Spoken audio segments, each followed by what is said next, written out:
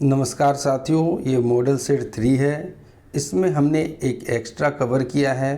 पहले आपको 5 टॉपिक पर वीडियो मिलती थी, अब है Bihar GK, Hindi, English, GK GS और हमने इसमें ऐड किया है करंट अफेयर्स। जिसको भी इस वीडियो का पीडीएफ चाहिए वो हमारे ज्वाइन करेंगे टेलीग्राम ग्रुप को, और जो कि फ्री में मिलता है। और हमारा यहाँ पर देखिए, आप बगल में दिया हुआ है उसका लिंक, आप यहाँ से भी टाइप करके जा सकते हैं या टेलीग्राम में सर्च कर लीजिएगा टीचर्स लर्निंग सेंटर, ऐसा लगाना नहीं भूलिएगा। तो चलिए शुरुआत करते हैं बिहार सामान्य ज्ञान से। पहला प्रश्न है, वर्धमान महावीर ने कहाँ निर्वाण प्राप्त किया था? ऑप्शन है आपके Vaishali, option B Rajgir, option C Nalanda, option D Pawapuri. तो निर्वाण का मतलब है जहाँ पर उनका देहांत हुआ था, किस जगह पर, यही आपसे पूछा जा रहा है। तो इसका सही जवाब है ऑप्शन नंबर डी पावापुरी।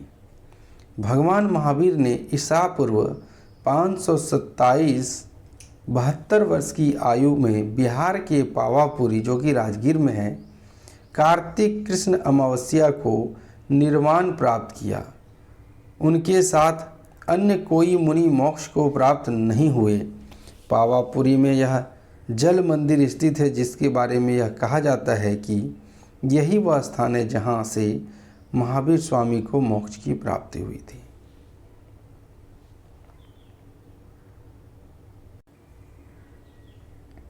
अगला प्रश्न है, पटना में किस सिख गुरु का जन्म हुआ था?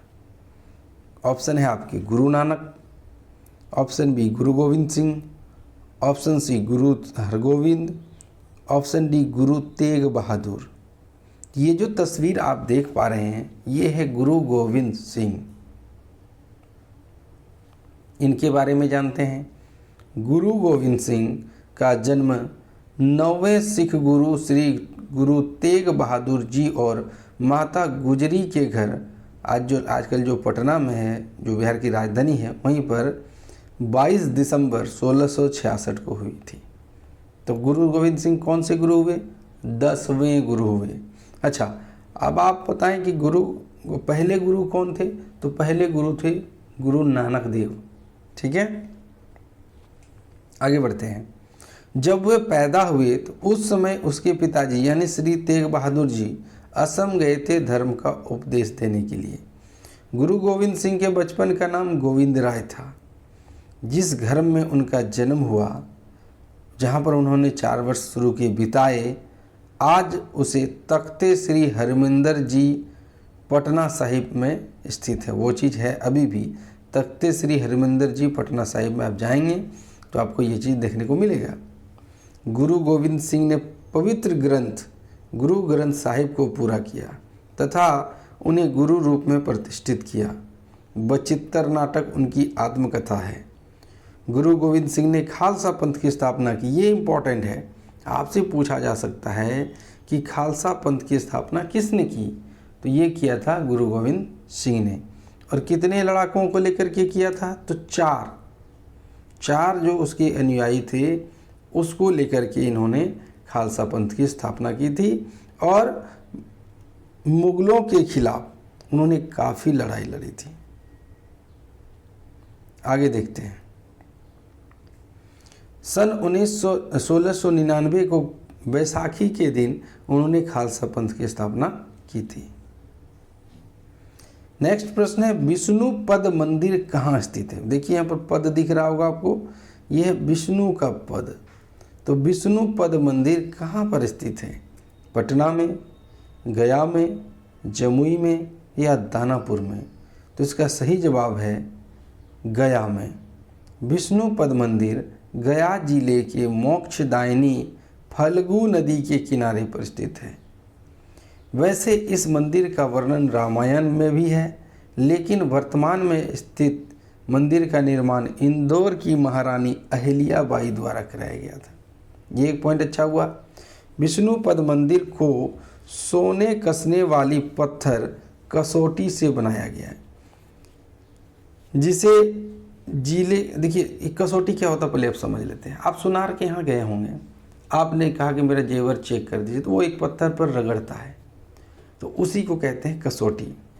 तो उसी पत्थर से बनाया गया है। जिस जिले से यह पत्थर लाया गया वह आज अतरी प्रखंड के पत्थरकट्टी में है। इस मंदिर की ऊंचाई करीब 100 फीट है और सभा मंडप में 44 पिलर हैं। इस मंदिर की भव्यता और वैभव अद्भुत है। जैसा कि नाम से पता चलता है, विष्णु पद मंदिर 40 सेंटीमीटर लंबे पद चिन्ह के लिए प्रसिद्ध है, जिसमें संकम, चक्रम, गधम सहित 9 प्रतीक है। कहा जाता है कि यह भगवान विष्णु के अस्त्रों का प्रतीक है। नेक्स्ट प्रश्न है, बिहार के किस पर्यटन केंद्र पर गर्म जल के अनेक स्रोत हैं? ये आप जो देख रहे हैं कुंड, ये गर्म जल का स्रोत है। मैं आपको ये भी बताऊंगा कि क्यों गर्म पानी अंदर से निकलता है। तो ऑप्शन पहले देख लीजिए आप, Dev, option B Pawapuri, option C Rajgir और ऑप्शन डी बिहार शरीफ। तो इसका सही जवाब है राजगीर।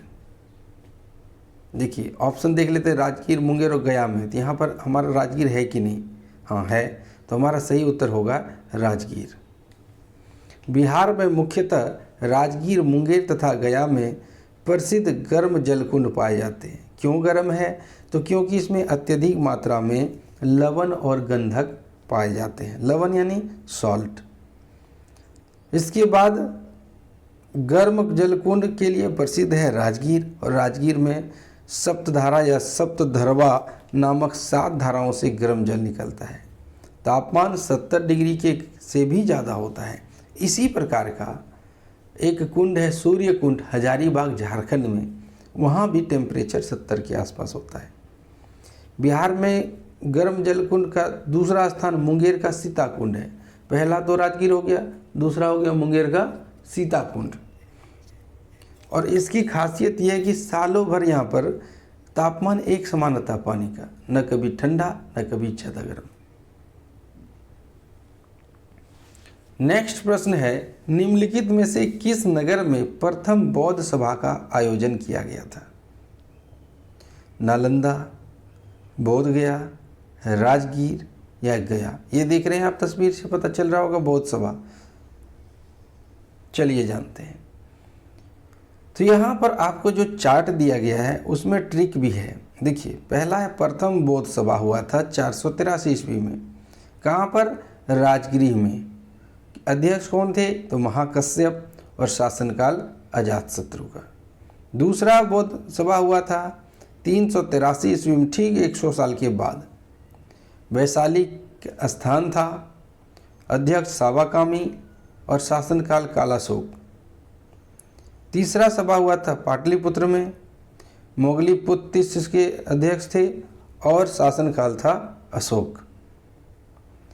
चौथा है, और 4 ही हुए हैं, ये हुआ था 1 ईस्वी को। तीसरा हुआ था 255 को, कुंडलवन, वसुमित्र जी इसके अध्यक्ष थे और शासनकाल था कनिष्क का। इसके लिए ट्रिक क्या बना? राजा बेसिया पटाओ कुंवर, महाराज सबका मत जी, आजा काल में आशिक कंगाल। ये एक मतलब ट्रिक है। नेक्स्ट प्रश्न है, राजगिरी का पुराना नाम क्या था? मगध नहीं, गिरिव्रज हो सकता है, बसाड़ नहीं, पाटलिपुत्र तो ये पटना का नाम था। तो आपको हिंट पर मिल गया होगा कि गिरिव्रज राजगीर का ही पुराना नाम था। और भी कई नाम थे, बसुमतीपुर, बृहद्रथपुर, गिरिव्रज और कुशग्रपुर, ये राजगीर के ही अन्य नाम थे। गिरिव्रज महाभारत काल और बिंबिसार के परवर्ती काल तक मगध की राजधानी रही थी। आज जो राजगीर है उससे 10 किलोमीटर पूरब और गया से 50 किलोमीटर उत्तर पश्चिम में पंचना नदी के किनारे पर स्थित है। बृहद्रथ राजकुल की राजधानी होने के कारण महाभारत के अनुसार इसका दूसरा नाम बृहद्रथपुर भी था। देखो दोस्तों, जानकारी जुटाने में, एक अच्छा वीडियो बनाने में काफ़ी मेहनत लगता है। तो अगर आपने चैनल को सब्सक्राइब नहीं किया तो कर लीजिए, और लाइक आप लोग नहीं करते हैं, लाइक कीजिए, कमेंट कीजिए, तभी तो ज़्यादा से ज़्यादा शेयर करेंगे तभी हमारा सब्सक्राइबर बढ़ेगा। और जितना कंपटीशन होता है ना उतना पढ़ाने में मज़ा आता है। पटना स्थित गोल घर का निर्माण कब किया गया था?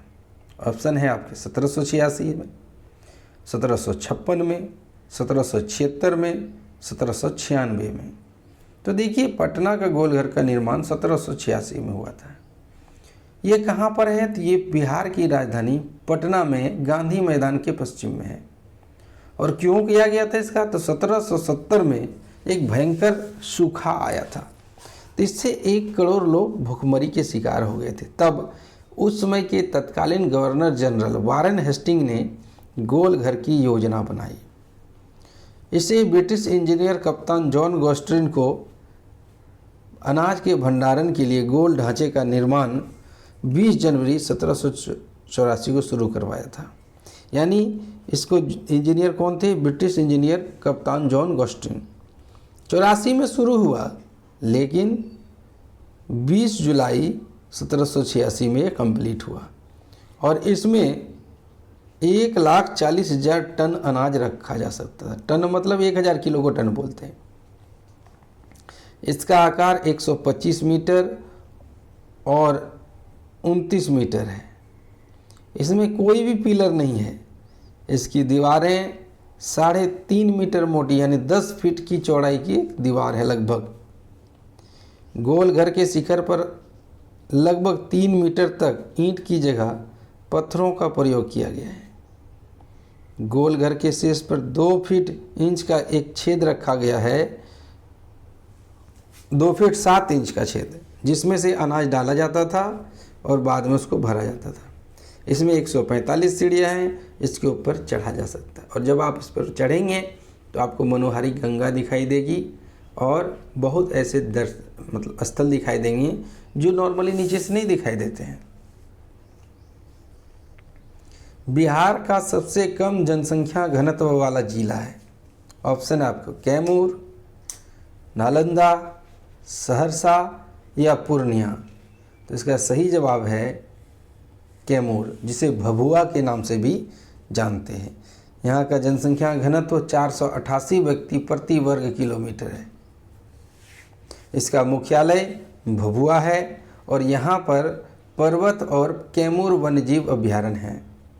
इसके अलावे यहाँ पर रामगढ़ गांव, दुरौली, चैनपुर, भगवानपुर, भभुआ, विद्यानाथ, मुंडेश्वरी स्टोन मंदिर भी प्रमुख पर्यटन स्थल हैं। बिहार का सबसे कम जनसंख्या वाला जिला, ऑप्शन है आपके लखीसराय, शेखपुरा, शिवहर या अरवल। तो यहाँ से आप देख लीजिए, आपको यहाँ से दिखेगा, है ना। तो इसका सही जवाब है शेखपुरा। बिहार का सबसे कम जनसंख्या वाला जिला शेखपुरा है। जिले की आबादी 6,36,342 दर्ज किया है, जो बिहार में सबसे कम आबादी वाला जिला है। कौन सा? शेखपुरा। नेक्स्ट प्रश्न है, जनसंख्या घनत्व के आधार पर बिहार का कौन सा स्थान है? भारत में प्रथम, भारत में चतुर्थ, भारत में तृतीय, भारत में द्वितीय। तो जनसंख्या घनत्व के आधार पर बिहार का भारत में प्रथम स्थान है। बिहार की जनसंख्या 104,99,452 है। बिहार राज्य का घनत्व कितना है? 1106। जबकि भारत का देखिएगा तो भारत का घनत्व कितना है? 1102 व्यक्ति प्रति वर्ग किलोमीटर, है ना। 1102 है पूरे भारत का, जबकि बिहार का 1106। बिहार में साक्षरता का प्रतिशत कितना है? 42.85%, 47.25%, 51.5%, 61.9%। तो इसका सही जवाब है 61.9%। देखिए बिहार में पुरुष साक्षरता दर कितना हो गया? 70.32 और महिला का कितना हो गया 53.57। इन दोनों को जोड़ लीजिए और 2 से भागा दे दीजिए तो आपको करीब में आएगा आपका 61.824 के करीब में आता है। ठीक है, तो इसको राउंड कीजिएगा तो कितना हो गया 61.9 के करीब। नेक्स्ट प्रश्न है बिहार का सबसे कम महिला साक्षरता वाला जिला, जहां सबसे कम महिला साक्षरता है।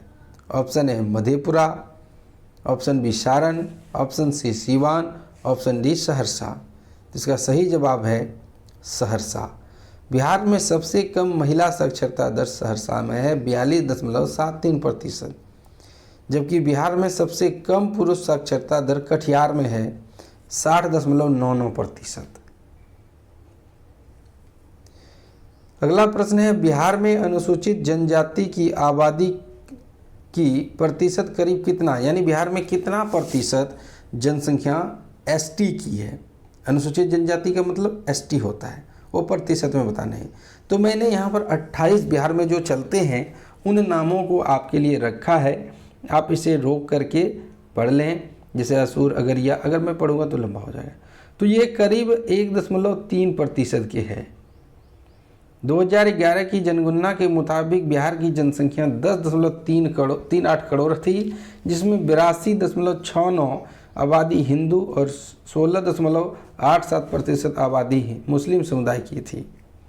हिंदू आबादी में 17% सवर्ण यानी सभी जाति के लोग, 51% ओबीसी, 15.7% अनुसूचित जाति यानी एससी और करीब 1% अनुसूचित जनजाति यानी एसटी है। 199 यानी अगला प्रश्न। अब देखिए 199 आ रहा है, आपने देखा होगा। शुरुआत करते हैं हम जाते हैं। इसका मतलब ये है कि 1 से लेकर के जो पहले वाले वीडियो हैं वो हमने डाल चुके हैं, और इसका प्लेलिस्ट आप देखेंगे बिहार शिक्षक भर्ती परीक्षा, ये वाला प्लेलिस्ट में आपको सारा मिल जाएगा, और डिस्क्रिप्शन में मैं लिंक भी डाल देता हूँ, वहाँ से भी आप देख सकते हैं। बिहार में सर्वाधिक महिला साक्षरता वाला जिला है। ऑप्शन है आपके Rohtas, option B Lakhisarai, option C Supaul, option D Gopalganj. तो इसका सही जवाब है रोहतास। अब आप देखिए रोहतास कहाँ पर है। तो रोहतास अब अगर आप देखेंगे तो रोहतास मिलेगा आपको, अब है भारत में जनसंख्या के अनुसार तीसरा एवं क्षेत्रफल के अनुसार 13वां राज्य है। ऑप्शन है आपके Maharashtra, option B Karnataka, option B Bihar, option C Karnataka, option D Madhya Pradesh. तो आपको बता दें कि तेलंगाना बनने से पहले बिहार क्षेत्रफल के अनुसार 12वां राज्य था, जनसंख्या के अनुसार 13वां तभी भी था। अब क्या हो गया, जब से तेलंगाना बना तो उसके बाद ये 13वां राज्य हो गया। अगर पुराना क्वेश्चन कोई देता है तो आपको 12वां मिलेगा। तो 12वां अभी क्या है, तेलंगाना है, और 13वां क्या है, बिहार है। यहाँ पर मुझे लगता है कि मैंने आंसर बताना भूल गया, ये रोहतास वाला। तो मैं बता रहा था यहाँ पर 199 में रोहतास कहाँ पर है। तो चलिए देखते हैं रोहतास कहाँ पर है। आप भी खोजें मेरे साथ। ये देखिए यहाँ पर है रोहतास, है कि नहीं। यहाँ पर मैं दिखाता हूँ, ये वाला देखिए, यही ऐसा बिहार का जिला है जहाँ पर सर्वाधिक महिला साक्षरता है। अब देख लेते हैं। अब देखिए सर्वाधिक पुरुष साक्षरता भी यहीं पर है, ये भी याद रखेंगे आप। दूसरा बात, बिहार का सर्वाधिक साक्षरता वाला जिला भी यही है। अब सिंपल सी बात है, जहाँ महिला पुरुष की साक्षरता ज़्यादा हो तो जिला में तो साक्षरता ज़्यादा होगा ही। यहाँ की जनसंख्या 29,59,918 है, 59,918 है। 51.5% महिला साक्षरता, जबकि 71.20 पुरुष साक्षरता दर है। ये हमने बता दिया आपको। अब हम देखते हैं जीके के सवाल जवाब। सवाल नंबर 1, किस वर्ष भारत में सुनामी आई थी। 2001 में, 2002 में, 2003 में, 2004 में। तो 2004 में भारत में भयंकर सुनामी आई थी। पानी का स्तर लगभग 30 मीटर तक ऊपर उठ गया था। जो तटीय प्रदेश हैं, केरल, कर्नाटक, तमिलनाडु, आंध्र प्रदेश, इनको भारी क्षति पहुंची थी। सवाल नंबर 2, इंद्रधनुष में कितने रंग होते हैं? Option A 7, option B 6, option C 5, option D 4। तो इंद्रधनुष में 7 रंग होते हैं और इन्हें क्रम से याद रखा जाता है, विबजियोर, है ना।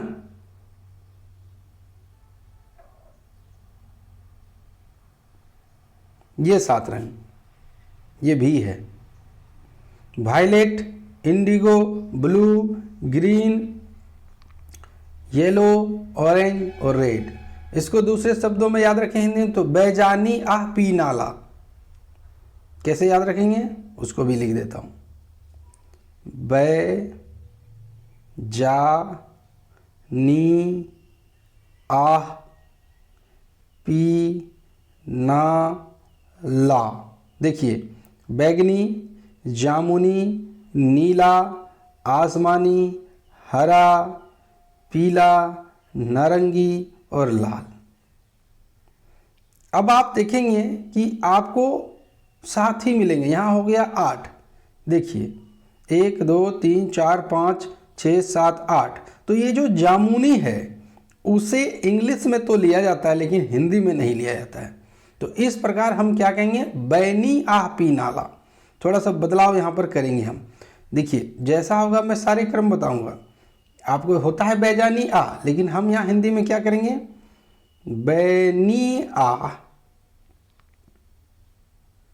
पी ना ला। बैगनी, नीला, आसमानी, हरा, पीला, नारंगी, लाल। ये आपका हो गया हिंदी क्रम। इंग्लिश में हो गया विबजियोर। तीसरा नंबर सवाल है कि मौसम संबंधी घटनाएं वायुमंडल की किस परत में होती हैं? क्षोभ मंडल में, समताप मंडल में, मध्य मंडल में या आयन मंडल में? तो इसका सही जवाब है क्षोभ मंडल।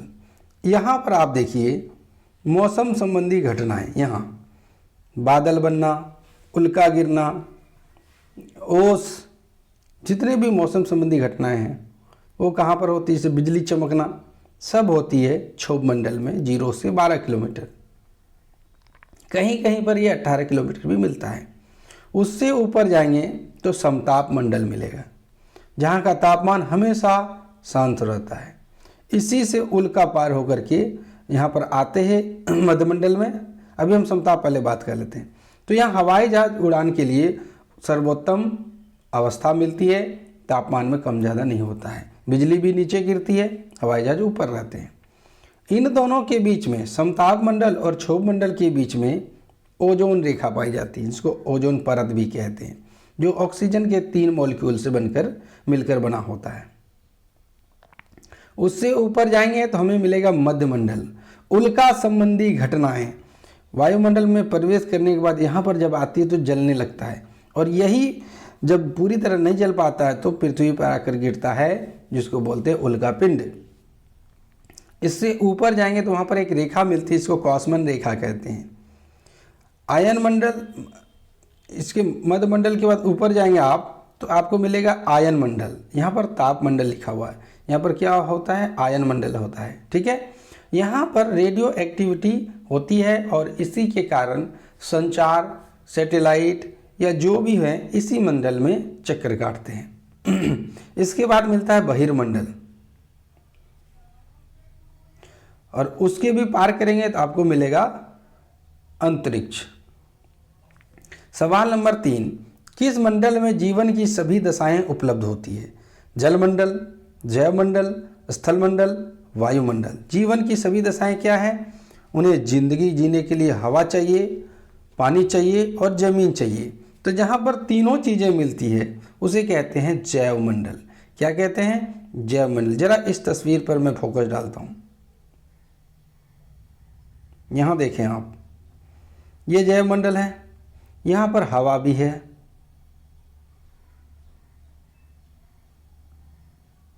यहाँ पर पानी भी है और यहाँ पर ज़मीन भी है। तो ऐसे जगहों पर जीवों की उत्पत्ति आसानी से होती है और उन्हें जीवित रहने के लिए ये सारी चीज़ें मिल जाती है। तो सभी दशाएं उपलब्ध है कहाँ पर? जैवमंडल में। अब हम इंग्लिश के सवालों को देखते हैं। इंग्लिश का सवाल है, सवाल नंबर 11, please come dash the bathroom. Option है आपके out of, option B over, option C on, option D in. तो कह रहा है कि कृपया बाथरूम से बाहर निकलिए, तो आउट ऑफ होगा। इसका सही जवाब क्या होगा? आउट ऑफ, से बाहर। सवाल number 12, please stop dash so many mistake. अब यहां पर देखिए टू मेक, मेकिंग, मेक या मेक्स। तो यहां पर याद रखिएगा, जब हम सब्जेक्ट के रूप में वर्ब का इस्तेमाल करते हैं, please stop making so many mistakes, तो इसे कहते हैं जेरंड। क्या कहते हैं? याद रखिएगा, जेरंड कहते हैं, जेरंड। जब हम जैसे walking is a good exercise, swimming is beneficial for health, तो ये सब जब हम इस्तेमाल करते हैं आईएनजी के साथ, तो ये हो जाता है हमारा gerund. Please do not dash those beggars, कृपया उन भिखारियों पर ना हंसे। तो ऑप्शन है आपके 4, option B against, option C at, option D from. तो इसका सही जवाब है option C at. Please do not laugh at those beggars, उन भिखारियों पर ना हंसे। सवाल नंबर 14 किधर गया? देखता हूं, इधर है क्या? 14 छूट गया, कोई बात नहीं, होता है। सवाल नंबर 15 आ गया, सिनोनिम्स ऑफ मैसिव। मैसिव का सिनोनिम्स बताएं। Option A lump, option B strong, option C little, option D huge. तो मैसिव का मतलब होता है भारी भरकम, जैसा कि आप तस्वीर में देख रहे हैं। भारी भरकम क्या होगा? ह्यूज। ह्यूज मीन्स विशाल होता है। अब हम जनरल साइंस को देखते हैं। कौन सा कीड़ा अपनी मादा की गंध को सूंघ कर पहचान लेता है? यानी उसे देखकर तो नहीं पहचानता, लेकिन उसकी गंध से पहचान। एक गाना था ना, तुझे मैं तेरी खुशबू से पहचान लूंगा, वही वाला। ऑप्शन ए पतंगा, ऑप्शन बी तितली, ऑप्शन सी रेशम कीट, ऑप्शन डी चींटी। तो इसका सही जवाब है ऑप्शन सी रेशम कीट। तो रेशम कीट अपनी मादा की गंध को सूंघकर पहचान लेता है। किस जानवर की घ्राण शक्ति सबसे अधिक होती? ऑप्शन ए कुत्ता, ऑप्शन बी बिल्ली, ऑप्शन सी रेशम, ऑप्शन डी चींटी। घ्राण शक्ति यानी सूंघने की शक्ति। तो कुत्ते की सूंघने की शक्ति सबसे ज़्यादा होती है। 500 मीटर यानी आधा किलोमीटर के दूर से भी मिट्टी में छुपे हुए किसी चीज़ को सूंघ सकता है। सवाल नंबर 18, इनमें से किस जीव के बाहरी कान दिखाई देते हैं? ऑप्शन ए कबूतर, ऑप्शन बी छिपकली, ऑप्शन सी मेढक, ऑप्शन डी चूहा। ऊपर का तीनों ऑप्शन अंडा देने वाला जीव है, इसलिए उसके कान दिखाई नहीं देते हैं। चूहे के कान दिखाई देते हैं। तो अब आप समझ गए हैं बात को कि जो जीव जिसके कान दिखाई देते हैं वो बच्चे देंगे, और जिसके कान दिखाई नहीं देते हैं वो अंडा देगा। और अंडे देने वाले को अंडपरजक कहा जाता है, और अंडज भी कभी कभी कहते हैं। और बच्चे देने वाले को स्तनपायी जरायुज कहते हैं। सवाल number 19, Bihar board state 1 to 5 की विज्ञान की पुस्तक का क्या नाम है? ऑप्शन ए आसपास, ऑप्शन बी आओ साथ चलें, ऑप्शन सी नव अंकुर, ऑप्शन डी पर्यावरण और हम। तो इसका सही जवाब है ऑप्शन सी नव अंकुर। एक सेकेंड, नव अंकुर हिंदी का है, नव अंकुर यहाँ पर है पर्यावरण और हम। नव अंकुर हिंदी का है। सवाल नंबर 20, रेशेदार फसल है जूट, पटसन, कपास या सभी? तो इसका सही जवाब है सभी, क्योंकि जूट, ये देखिए आपने बोरा देखा होगा उसका, ये है जूट। पटसन, ये आप देखिए जो पटुआ पटुआ बोलते हैं हम लोग, कुदरुम, ये है। इसके बाद ये आप जो सफ़ेद सफ़ेद कलर का देख रहे हैं ये है कपास। तो तीनों ही रेशेदार फसलें हैं। अब आप हिंदी के सवालों को देखिए। हिंदी का सवाल है, बिहार स्टेट बोर्ड 1 to 5 की हिंदी पुस्तक का क्या नाम है? ऑप्शन ए आसपास, ऑप्शन बी आओ साथ चलें, ऑप्शन सी नव अंकुर, ऑप्शन डी पर्यावरण हम, जो कि हमने पहले ही आपको विज्ञान में बता चुका है। इसका सही जवाब है नव अंकुर। सवाल नंबर 22, आध्यात्मिक का विलोम शब्द क्या है? ऑप्शन ए अनास्था, ऑप्शन बी सात्विक, ऑप्शन सी स्थूल, ऑप्शन डी भौतिक। तो जो आध्यात्मिक लोग होते हैं उन्हें भौतिक वस्तुओं से कोई मतलब नहीं होता है। तो आध्यात्मिक लोग अपना पूजा पाठ और ध्यान में मगन रहते हैं, जबकि उसका उल्टा भौतिक होता है, वो सांसारिक लाभों का आनंद लेना चाहते हैं, जैसे कि धन का, सत्ता का, स्वाद का, शादी ब्याह का, बच्चे का, लग्जरी का और भी खूबसूरती का, है ना। सवाल नंबर 23, किस तिथि को हिंदी को राजभाषा बनाने का निर्णय लिया था? 26 जनवरी 1950, 14 सितंबर 1949, 14 सितंबर 1950, 15 अगस्त 1947। इसका सही जवाब है ऑप्शन नंबर बी, 14 सितंबर 1949 को हिंदी को राजभाषा बनाने का निर्णय लिया था। और अगला सवाल है सवाल नंबर 24, हिंदी भाषा की जननी है प्राकृत, पाली, अपभ्रंश या संस्कृत? तो हिंदी भाषा की जननी है संस्कृत। संस्कृत भाषा से ही हिंदी भाषा का जन्म हुआ है। हिंदी दिवस किस दिन मनाया जाता है? चूँकि 14 सितंबर को हिंदी दिवस ये किया था, अपनाया था, तो 14 सितंबर ही इसका सही जवाब होगा। तो हिंदी दिवस मनाया जाता है 14 सितंबर को। अगला सवाल, सवाल नंबर 26, भारतवर्ष में हिंदी को आप किस वर्ग में रखेंगे?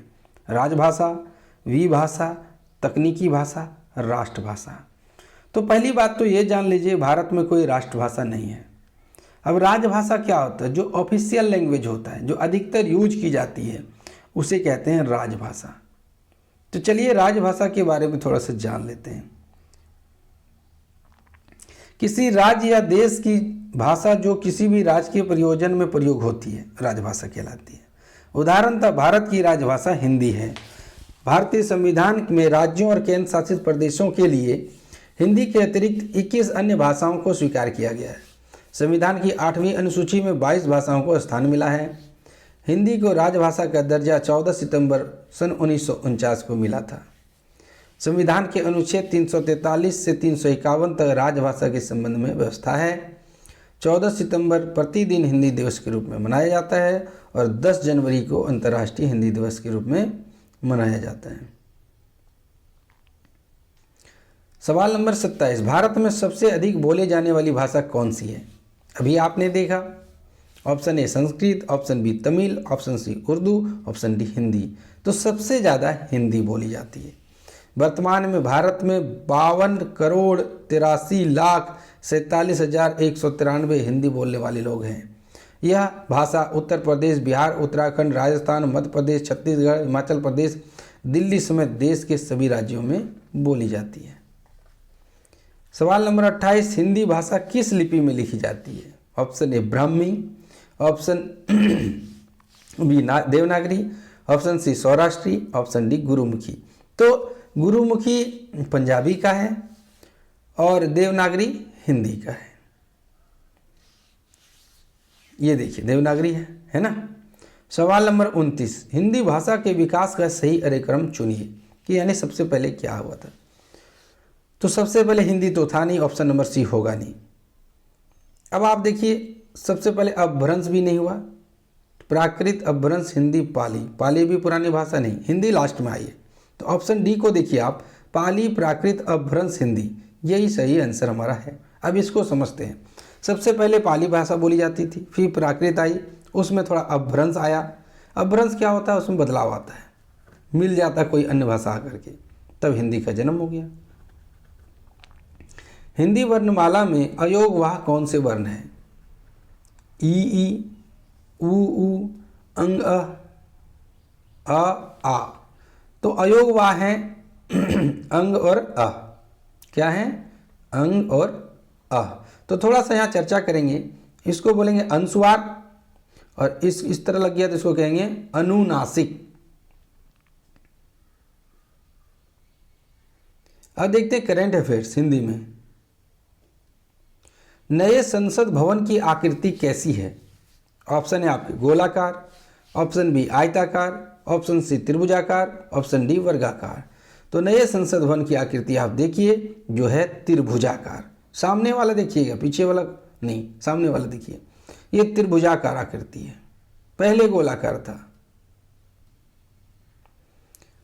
दूसरा सवाल है यानी 32 नंबर का सवाल, नए संसद भवन का उद्घाटन किसने किया है? Option A Droupadi Murmu, option B Narendra Modi, option C Om Birla, option D Amit Shah. तो इसका सही जवाब है हमारे प्रधानमंत्री नरेंद्र मोदी। सवाल नंबर 33, नए संसद भवन के आर्किटेक्ट कौन है? ये जो तस्वीर है यही है।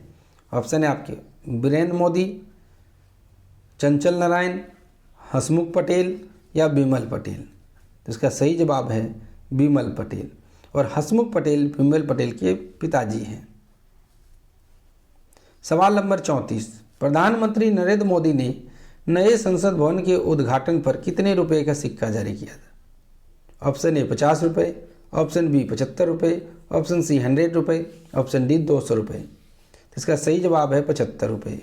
चूँकि भारत की आज़ादी का 75 वर्ष हो गया है तो उसी के उपलक्ष्य में प्रधानमंत्री नरेंद्र मोदी ने संसद भवन के उद्घाटन के दिन 75 रुपये का सिक्का चलाया। अगर आपसे पूछा किस दिन, तो 28 मई, याद रखिएगा 28 मई 2023 को। सवाल नंबर 35, आईपीएल 2023 का विजेता टीम है Chennai Super King, Gujarat Titans, Kolkata Knight Rider, Mumbai Indians. सभी को ही जानते हैं, इसका इजी सवाल हमारे धोनी भाई चेन्नई सुपर किंग के। तो ये कुल 50 क्वेश्चन हमने आपके लिए लाए और पर डे आपको 50 क्वेश्चन मिलेगा 5 टॉपिक पर। तो इसलिए चैनल को सब्सक्राइब कर लें और अपने दोस्तों में ज़्यादा से ज़्यादा शेयर करें और हमें कमेंट करके बताएं आपको यह सेशन कैसा लगा। मिलते हैं जल्द ही, तब तक के लिए धन्यवाद।